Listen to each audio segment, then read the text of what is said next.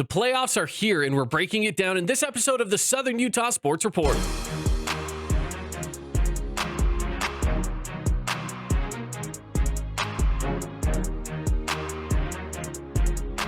Welcome on in, everybody. It is the Southern Utah Sports Report podcast with the Fan Sports Network. My name is Caden Formaster. Thank you so much for joining me on the show today. We've got a lot to get to. We've got a lot of playoff talk here with us today because the brackets are out. Games start tonight for boys, tomorrow for girls, and we're going to be breaking down the brackets in this episode of the Southern Utah Sports Report. So let's dive on it. First off, we're going to be starting with boys basketball and taking a look at their bracket. And we're going to be, of course, breaking down exactly how it's going to go, how teams can get on to the tournament at Weber State. And so let's dive on in. We've got the bracket pulled up for us right now. And this is specifically, again, this is the boys bracket. And you can find this bracket over at uhsaa.org. This is where the bracket lives, which then, of course, transfers you over to Max Preps. But let's take a look. We're going to break it down kind of by quadrant. There's 4 different quadrants, 24 teams total. 8 teams get buys, 16 play in the first round. Again, first round is tonight, home site games, and we got a handful. We've got a handful of Southern Utah teams that are going to be playing in this first round, and we'll be talking about where you can watch those games and support these teams coming up in just a little bit. We look at this first quadrant. As you can see here, for those of you watching this podcast, if you're not watching, we will describe it as good as I can to the audio listeners. First quadrant, the only team from Southern Utah is Dixie. They are locked into the 5th seed. That means that they will face the winner of Ridgeline or Bear River. Ridgeline has beat Bear River multiple times this season, so it would not be shocking to see the Riverhawks coming down to Southern Utah to take on the Dixie Flyers on Friday night. So expect that. It's possible. I mean, you never know. It's the playoffs. Anything could happen. But it is possible, though, that Dixie could be facing Bear River. Most likely, they're going to be facing Ridgeline. So keep your eye on that. At the top part of it, you've got Cottonwood with the bye at the 4 seed. They will take on the winner of Mountain View and Stansbury. Now, that means that if Dixie can go and win on Friday night, and they can move on to the quarterfinals, and assuming, let's just say that you assume, the top 8 teams are the most likely to go through, it could potentially be a Dixie Cottonwood first round in the quarterfinals at Weber State University. So that's your 4-5 matchup. That would be a really good matchup, really tough matchup. Cottonwood's pretty good this year, but I think Dixie has the team to beat them. Here's a thing to note about Dixie. Back on Friday night last week, the last game of the season, there was a little bit of a mishap from Dixie where Colin Simmons, supposedly, according to the officials, hung on the rim after a couple of dunks and was going to be ineligible to play in this game on Friday. Dixie went and appealed to UHSAA saying, we don't think that he hung on the rim. We don't feel like that technical call against him should have been called at all. And so they went and they reviewed the footage and they went and checked out everything from that game. And UHSAA agreed and said, we also agree that he should not have received those technical fouls. So Colin Simmons is going to be playing for Dixie in this game on Friday night. After that ruling was overturned from the officials on game night, it has been overturned, so he is going to be able to play in that first game. Otherwise, if you get kicked out of a game, you have to sit out the next game because of the way that the rules work. So Colin Simmons will be in for Dixie. That's going to be huge for them. They'll need him as they take on, again, potentially Ridgeline, maybe Bear River in that first quadrant. So let's move on to the other side.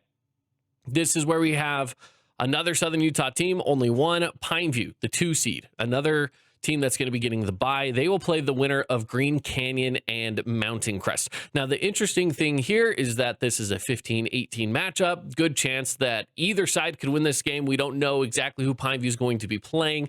As of right now, we are going to be streaming that game on the Fan Sports Network on Friday night. So whoever they're matched up against, whether it's Green Canyon or Mountain Crest, we will be holding that game for you on the fansportsnetwork.com. They are the only ones from the region on that side of the bracket. Again, they've got that bye, so they won't play until Friday night.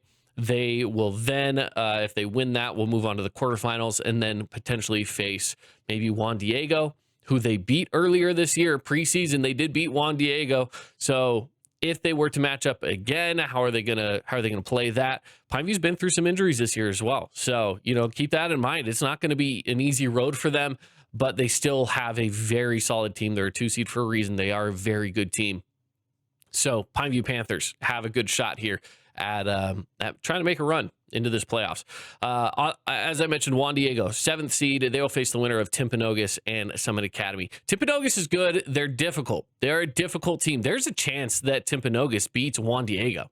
I think that there is a legit chance that Timpanogos as a 10 seed could take down 7 seed Juan Diego. So keep that in mind as we continue on with the bracket breakdown and taking a look at the remaining quadrants. So we've talked Pineview, we've talked Dixie. Let's get into the lower half where most of the Southern Utah teams remain.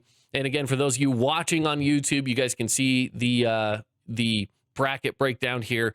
If you're not watching, you can, of course, check out the brackets online over at uhsaa.org and break it down for yourself and listen on in. Of course, we're grateful to have you here listening if you are listening, and we'll continue breaking it down here because tonight we do have some Region 9 basketball. Desert Hills is going to be taking on Judge Memorial. This is a big one because it's the 16-17 matchup. The two teams that are most closely ranked with each other. Here's where I like to give the edge to Desert Hills. And I don't want to just sound like a homer. This isn't a homer kind of a thing, okay? Desert Hills has been beaten up by Region 9 teams all season long. They've picked up a lot of losses, but they're not a bad team. I think for Desert Hills, the problem that they have right now is that they are currently the 6th best team in a region with 5 teams that all could be top 5 teams in the state of Utah. That's where your problem lies. It's not that they're a bad team. It's that they are in a region that is so stacked that it's hard to get wins. And they have come across a couple of wins. They had a fantastic win against Dixie earlier last week. So it's not like they can't win games. We know they can. It's just sometimes they get close and they can't quite get over that hump because there are so many good teams. But they have been in some really good games with teams that are currently sitting in the top 5 in all of the state of Utah.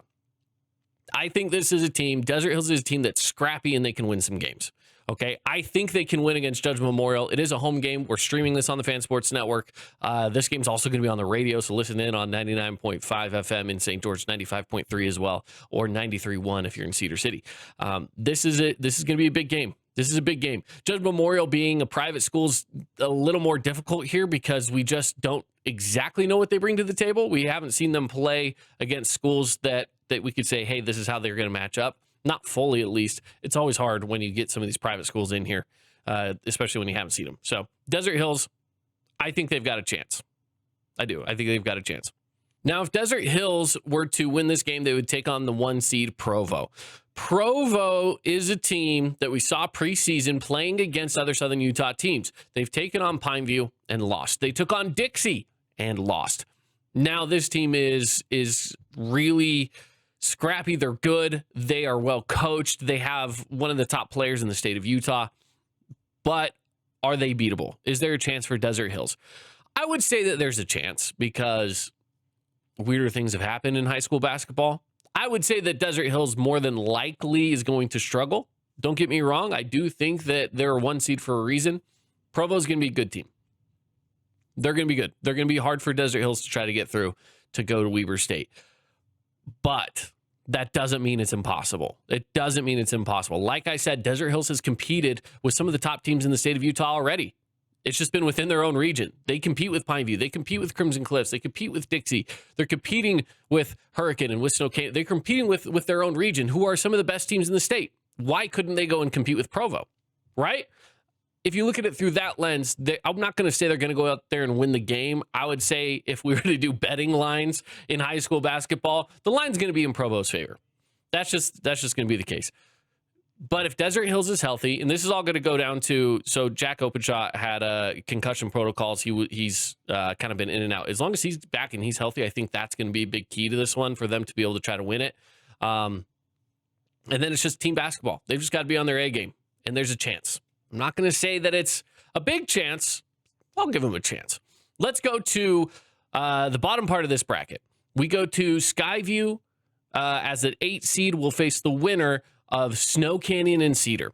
So Cedar comes in as the 24th team. They slid into that very last spot in the playoffs, and they're taking on Snow Canyon. Snow Canyon is in the first spot out from the byes. They did not get that bye week. They hit the 9th spot, and only the top 8 get to go. So unfortunately, Snow Canyon doesn't hit that. This should be a win for Snow Canyon, plain and simple. They've beat Cedar twice already this season. Cedar's only won 3 games, and it's tough. We love to support our Region 9 team. Cedar's in Region 9. But you got to call a spade sometimes, and Cedar's just having an off year. It's not their year right now.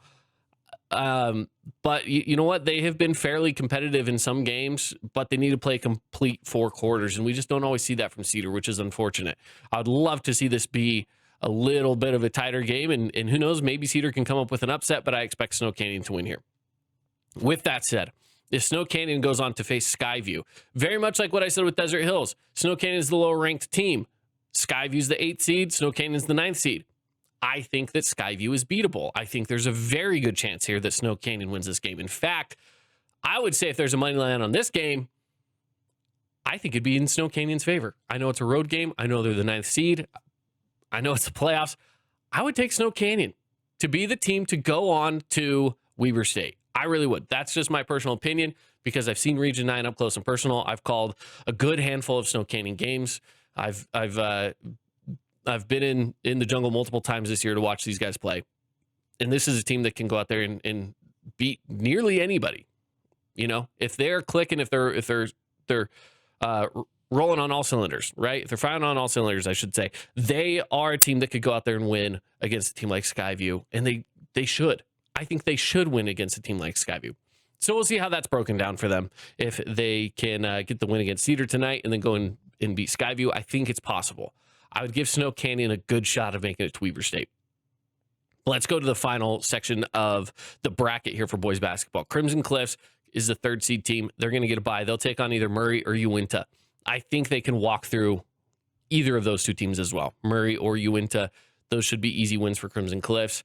I don't expect anything less. I could say the same thing for Hurricane as well. Hurricane is a team that, yes, they're a 6th seed. They play like a top 5 team easily. And I would expect them to win against whoever they face. East or Jordan, probably going to be East. I would expect them to win that game. Nothing is given. Nothing is given. But when the lights shine bright, Hurricane steps up, and they've done so for the last few years, especially Brigham Kemp. He's their star player. He's been sick this last week, and I hope that he gets feeling better, especially by Friday night when they have to play against either East or Jordan. But I would expect that Hurricane goes into this game, hopefully with a healthy Brigham Kemp and hopefully a healthy everybody else as well.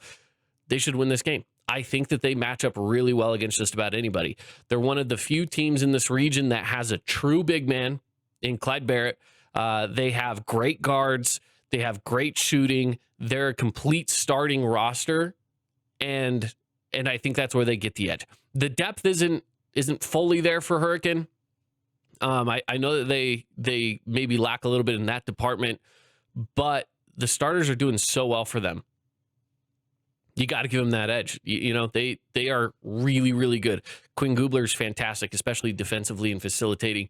Lincoln Stout, one of the best shooters in the region, especially if he's hitting up the spot up 3. And then, of course, Brigham Kemp can create a basket from just about anywhere. And like I said, Clyde Barrett down low, he's been phenomenal. And then Asher Blair, I've seen him. There was a day he was feeling a little sick, and he went off for over 20. I mean, you just never know what you're going to get from that starting lineup. Outside of you're going to get some hard fought basketball. You know, sometimes it's going to be clicking. Sometimes there's guys that are off, but they're going to fight. And so I think the Tigers make it to the next round, which would mean Crimson Cliffs and Hurricane in round 1 up at Weber State, which is pretty exciting. So maybe we'll see them in the quarterfinals. That's it. That's how it all matches up here for boys basketball, which again, I think is going to be so fun, so exciting. And there's going to be good opportunities for these teams to go and improve that they belong in the tournament. You know, the first few rounds of the playoffs, as I mentioned before, these are going to be parts of the playoffs where it's home sites. You know, you're either going to be in familiar territory or hitting up the road, and you have to go to somebody else's familiar territory, which is never easy. The tournament, though, is where it's even playing ground, and I love getting into that. So we'll see. We'll see. Again, good opportunities here, I think, on both sides. For whether it's road teams or not, I think that there's a good opportunity for most of the Region 9 teams.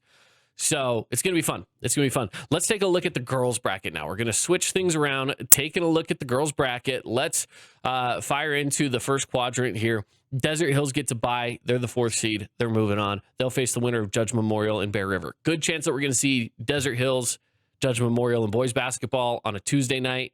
And then on Saturday, which is when the next games are going to be, we could be seeing a girls basketball game in the second round of Desert Hills Judge Memorial, which very possible. Snow Canyon is the 5 seed. They'll take on the winner of Uinta and Highland. Again, another good chance that we will see a Region 9 matchup in the quarterfinals at Weber State. Desert Hills and Snow Canyon, I think it could happen. On the other side of the bracket, Hurricane as an 18th seed. They have to go to Tooele. They will play that game tomorrow night, 7 o'clock. I would say it's going to be tough, but hey, you know what? Stranger things have happened. Maybe Hurricane can go get a win against Tooele. Then they'd have to go to number 2, Green Canyon. That game would be difficult. That's where it'd be difficult. I think they could win on Wednesday, but that game on Saturday is not going to be easy. We'll see how the Lady Tigers fare. Ridgeline, the reigning champs and have been for the last few seasons. Ridgeline is now 7th seed. They've lost a lot of seniors, and so now they've come in where they're still very well coached and they still have a lot of good talent, but have dropped down a little bit in the standings from where they were last year. They're going to take on either number 10 Mountain View or number 23 Murray. Winner of that will move on. All right, let's go down. Dixie gets the number 1 seed. Great job. The Dixie Flyers, man, Coach Winters, I'm happy for him and in his just a couple years of coaching here for the Dixie Flyers, he's got them all the way to number 1 seed. Shout out to that entire roster, man. They are so good. They're so fun to watch, and they'll face the winner of either Cottonwood or Jordan, and they should easily move on to the next round, I would assume. They'll face the winner of either, so Timpanogos Desert Peak will go on to face Provo, and then the winner of that will face probably Dixie in the first round at Weber State in the quarterfinals. Then you've got Pineview as the 3 seed. They'll face the winner of Skyview and Crimson Cliffs. Skyview hosting Crimson Cliffs on Wednesday. Had to think about it for a second. On Wednesday night, and that is going to be that's going to be a tough one. But Crimson Cliffs is a team that's playing a lot better basketball down the stretch. They're a 19th seed. I understand that, but their talent level is there. They're young, though. They're a very young team, and I think they're close. They're getting better every day, though. So maybe they can go out there and win in Skyview. I think it's a possibility for sure. And then Cedar taking on Park City tomorrow night. Should be a win there for them. Then they have to go face off against Mountain Crest. Tough game. Cedar's got some good shooters, though. So if the Cedar shooters get going, they've got some good outside shooters. If those 3-pointers are dropping, good chance that they could take down Mountain Crest. That's how it's all shaping up for girls basketball as well. So kind of a fun slate of games that we've got for you over the course of the next couple of days. And then Friday, Saturday, some more in the first round. And then we're going to be going up north to Weber State. We're calling the games with KSL. Here's what you need to know. We will have links to the games over on the fansportsnetwork.com. We'll probably link on our social media as well, but we are not going to be streaming on the Fansports Network YouTube page because we do not have the streaming rights for that for specifically the tournament at Weber State. We will still be streaming a few games on the fansportsnetwork.com, but just not on our YouTube page and stuff like that once it reaches Weber State specifically. So keep that in mind, but we'll have links for you to where you can go to KSL's website, KSL Sports, and be able to stream from there. So it'll be awesome. Lock into the Fan Sports Network social medias where we will be giving you updates and scores and everything going on with these games, especially once we get into the tournament play next week, which is going to be a lot of fun. They're doing it a little differently because Weber State men's basketball has a home game on Thursday night next week, which is the 19th. So the games are going to be the 18th, nothing on the 19th, and then the 20th and the 21st. That first day, the 18th, is when it's going to be a madhouse. You have a bunch of boys basketball games through the first half of the day, and then girls basketball through the second half of the day. There's going to be a total of 8 games that day. And then Friday, it'll die down a little bit more. We'll have 4 games that day before championships on Saturday. So it's going to be fun. It's always a gauntlet, but I love it. It's a great time. We've been planning it out here, planning the trip here with the Fan Sports Network crew. So myself, Devin Dixon's going to be going, and then Paulie and Tara from the morning show are going to be there to help out as well. So it's going to be fun. We're excited to be bringing you some playoff basketball. Good time of year. We will have some Utah Tech basketball as well here on the Fan Sports Network. On Thursday, we have Utah Valley University coming into town.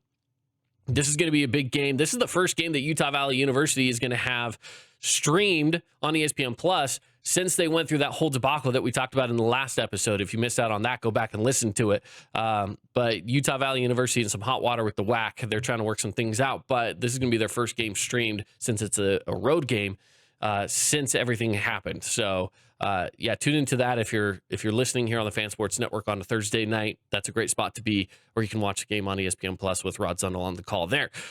Plus some more Utah Tech basketball on Saturday as well. So tune in for that. But it's a good week. We got a good week of some local sports here on the Fan Sports Network, and yeah, we're in for a treat this year. So all right, that'll do it for me. Thank you for listening to the Southern Utah Sports Report. Make sure to subscribe wherever it is that you get your podcast so you don't miss out on an episode. And we will be with you next time. We'll be recapping some of the playoffs as we look forward to the next few rounds. So make sure to keep tuning in to the Southern Utah Sports Report. My name is Caden Formaster, and have a good day, everybody.